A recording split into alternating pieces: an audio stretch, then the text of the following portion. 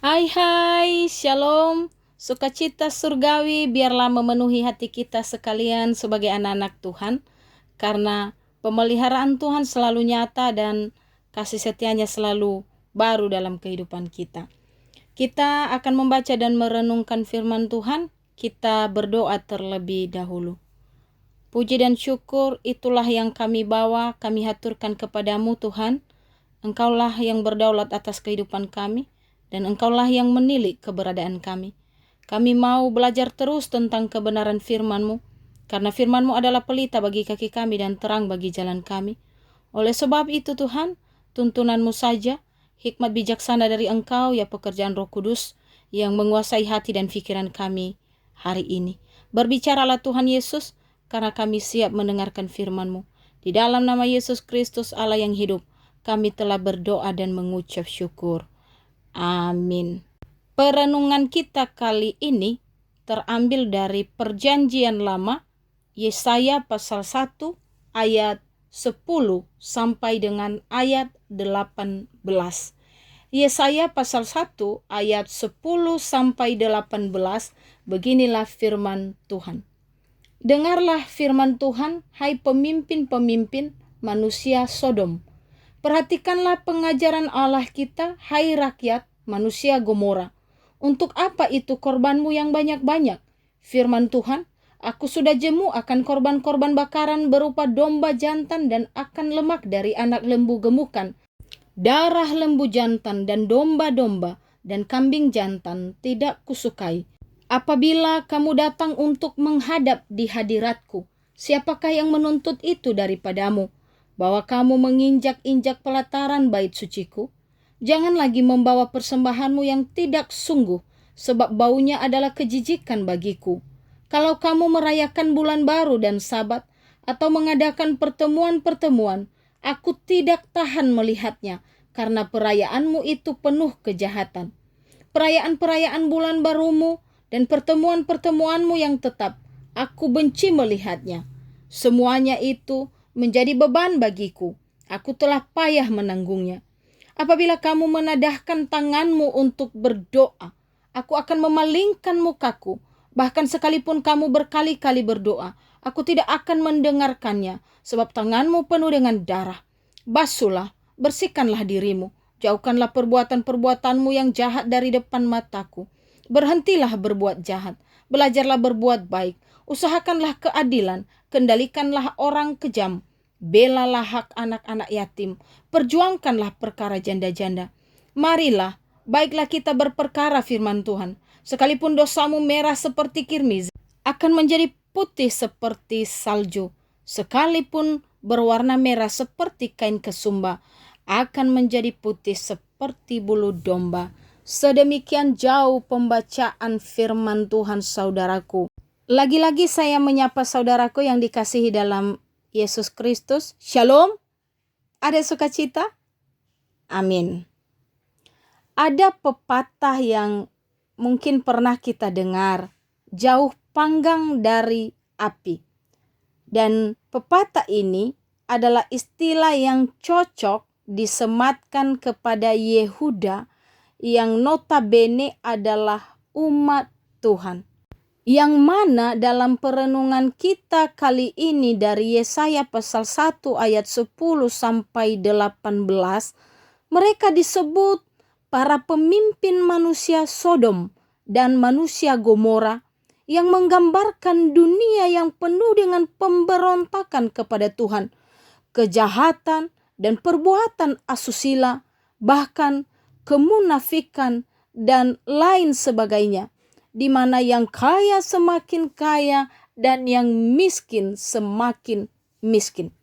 Keadaan yang diceritakan dalam firman Tuhan kali ini menggambarkan kehidupan yang seperti langit dengan bumi, di mana terjadinya kesenjangan antara praktek ibadah dengan kenyataan hidup yang dijalankan oleh umat kesayangan Tuhan ini.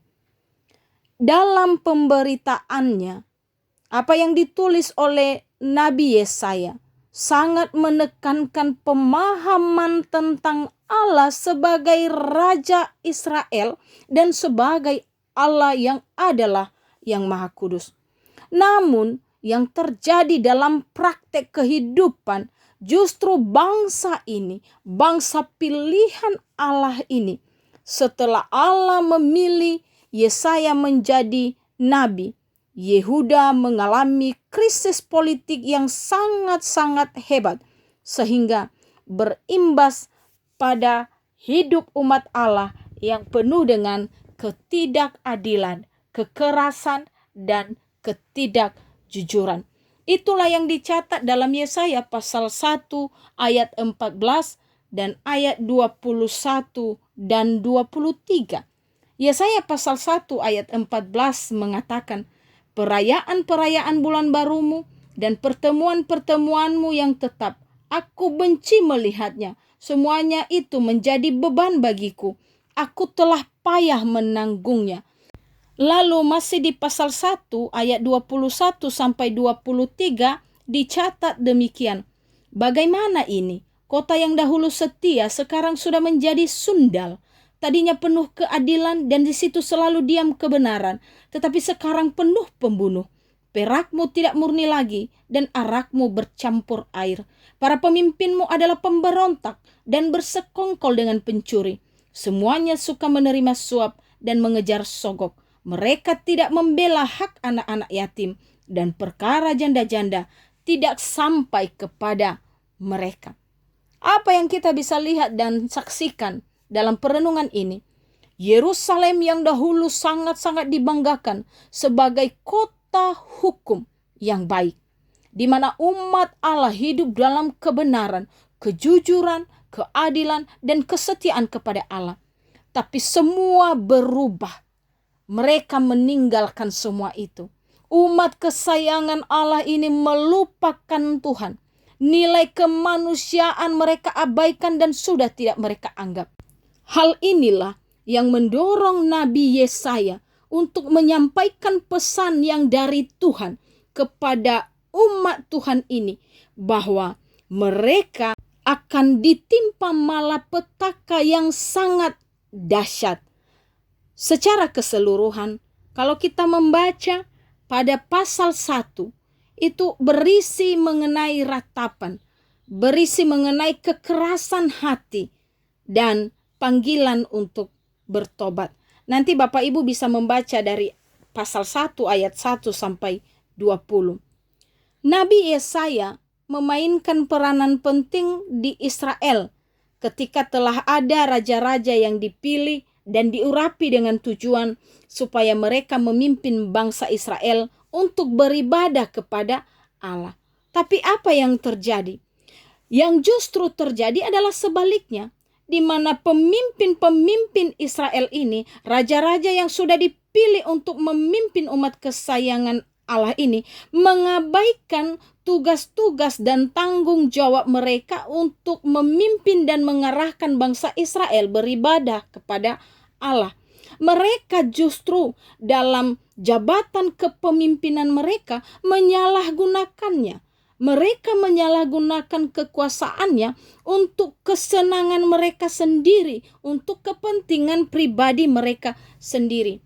Dan inilah yang dikecam oleh Tuhan melalui Nabi Yesaya di sini, dan menunjukkan apa yang seharusnya mereka lakukan. Begitu juga dengan umat. Mereka datang ke bait Allah hanya sebagai sebuah formalitas kebiasaan, hanya sebagai sebuah rutinitas, dan hanya sekedar memperpanjang masa asuransi dalam tanda kutip. Yang mereka bawa ketika mereka datang ke bait Allah hanyalah tubuhnya dan persembahan yang tidak berguna, tetapi tidak membawa hatinya, tidak membawa segenap hidupnya, tidak membawa dirinya kepada Tuhan.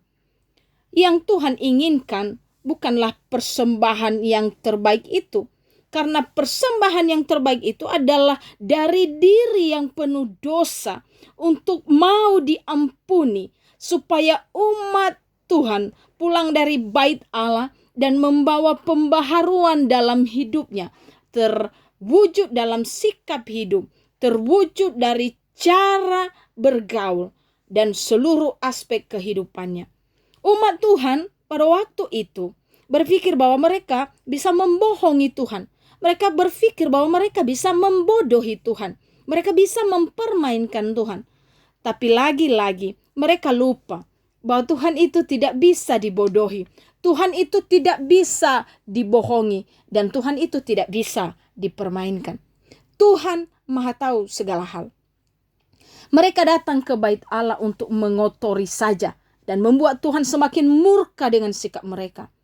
Mereka melakukan ibadah-ibadah mereka dengan segala formalitas dan rutinitas mereka yang resmi. Sementara mereka melupakan sesama mereka manusia. Tidak ada kasih.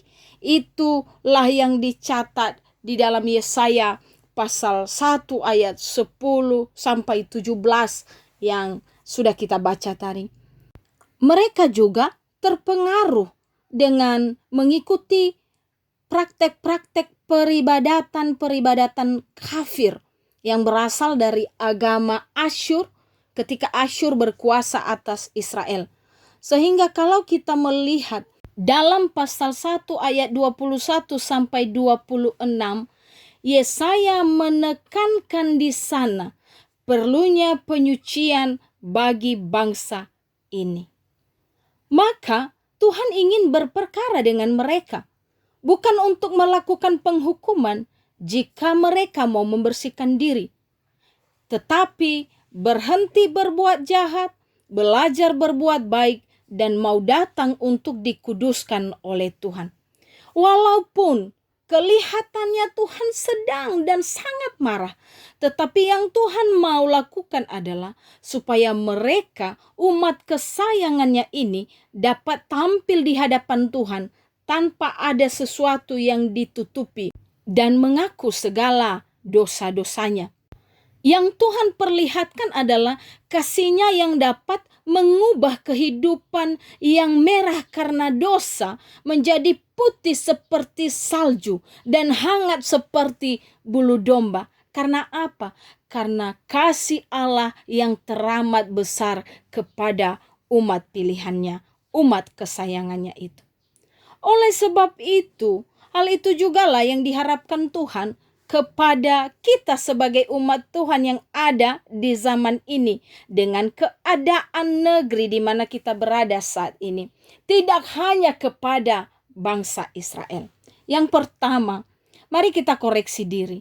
Sudah benarkah motivasi kita datang ke rumah Tuhan untuk beribadah, membawa diri yang berdosa ini untuk diampuni dan diubah menjadi penyembah Allah yang sejati? Ataukah kita datang ke rumah Tuhan, kita berdoa kepadanya, kita mendengarkan firman Tuhan hanya sebagai formalitas dan rutinitas belaka? Maka sangat penting, perlu untuk memurnikan motivasi kita. Yang kedua, adanya kesediaan untuk ditegur, sehingga membawa Bapak, Ibu, Saudara, dan saya kepada kesadaran siapa diri kita sesungguhnya di hadapan Tuhan. Kita hanyalah umat yang hidup karena anugerah Tuhan semata, yang membuat kita memahami bahwa tanpa Tuhan dalam hidup kita adalah sebuah kesia-siaan. Tanpa Tuhan, saya bukan siapa-siapa. Oleh sebab itu, kita juga melihat diri kita sebagai ciptaan yang tidak lebih dari ciptaan yang lain. Kita mampu menghargai sesama kita manusia. Apalagi dalam masa-masa berjuang bersama melawan pandemi COVID-19 ini yang semakin merajalela. Bahwa kita harus saling menguatkan, saling mendukung, bahkan saling mendoakan satu dengan yang lain. Yang ketiga, kita harus memahami bahwa dosalah yang merusak hubungan kita dengan Tuhan. Dosalah yang memisahkan manusia dari Tuhan. Itulah yang ditulis dalam Yesaya 59 ayat 2. Tetapi yang merupakan pemisah antara kamu dan Allahmu ialah segala kejahatanmu. Dan yang membuat dia menyembunyikan diri terhadap kamu sehingga ia tidak mendengar ialah segala dosa. Jadi sekalipun kita datang ke hadapan Tuhan dalam doa dan ibadah, ketika belum membereskan dosa, ketika kita belum membereskan hubungan yang rusak dengan Tuhan, itu juga adalah sia-sia. Oleh sebab itu, datanglah kepada Tuhan dengan penuh kerendahan hati. Minta Tuhan memberi pengampunan, menghapus segala dosamu oleh darah Yesus Kristus yang telah tercurah di kayu salib di Bukit Golgota. Itulah yang memperbaiki hubungan yang rusak antara manusia dengan Tuhan. Kematian Yesus Kristus di kayu salib, itulah yang menghapus segala noda dosa dan memperbaiki hubungan yang terpisah antara manusia dengan Tuhan. Dan yang keempat, yang paling terakhir, sebesar apapun dosa kita, ketika ada pengakuan yang sungguh atas dosa-dosa itu di hadapan Tuhan, dan oleh karena kasih Tuhan yang demikian besar, Dia tetap memanggil kita untuk diubahkan dan disucikan. Karena kita adalah anaknya dan Dia adalah Bapa kita. Untuk mengakhiri perenungan kita ini, kita membaca Yesaya pasal 1 ayat 16 yang menjadi suara Tuhan kepada kita. Begini firman Tuhan, basuhlah, bersihkanlah dirimu, jauhkanlah perbuatan-perbuatanmu yang jahat dari depan mataku, berhentilah berbuat jahat. Demikian perenungan kita hari ini. Tuhan Yesus memberkati kita semua. Mari kita berdoa. Sungguh Bapa, tiada terukur dan tiada terkira betapa dalam kasih-Mu, betapa lebar dan betapa hebat Engkau mengasihi kami umat-Mu. Sebagaimana perenungan firman Tuhan, peringatan dari Engkau, teguran kepada umat-Mu melalui Nabi Yesaya, biarlah menjadi peringatan, teguran, sekaligus peringatan bagi kami untuk sungguh hidup dalam kesucian, meneladani Kristus dalam kehidupan di dunia yang penuh dengan dosa dan kejahatan ini, dan memampukan kami untuk menunjukkan identitas kami melalui integritas kami sebagai anak-anak Tuhan di bumi ini. Pimpinlah kami Tuhan, ketika kami banyak kali melakukan hal-hal yang tidak berkenan bagi-Mu. Sering sekali Bapa, kami melukai hati Tuhan dalam perjalanan hidup ini. Ampunilah kami Tuhan, sucikanlah kami dengan darah-Mu ya Yesus Kristus orang Nazaret, sehingga kami layak diperkenankan memanggil Engkau Bapa, dan kami adalah anak-anak-Mu. Roh Kudus yang memimpin kami untuk menjadikan firman-Mu tolok ukur dalam perjalanan kehidupan ini. Dalam nama Yesus Allah yang hidup, kami telah berdoa dan mengucap syukur. Amin. Shalom saudaraku. Tuhan Yesus memberkati kita semua.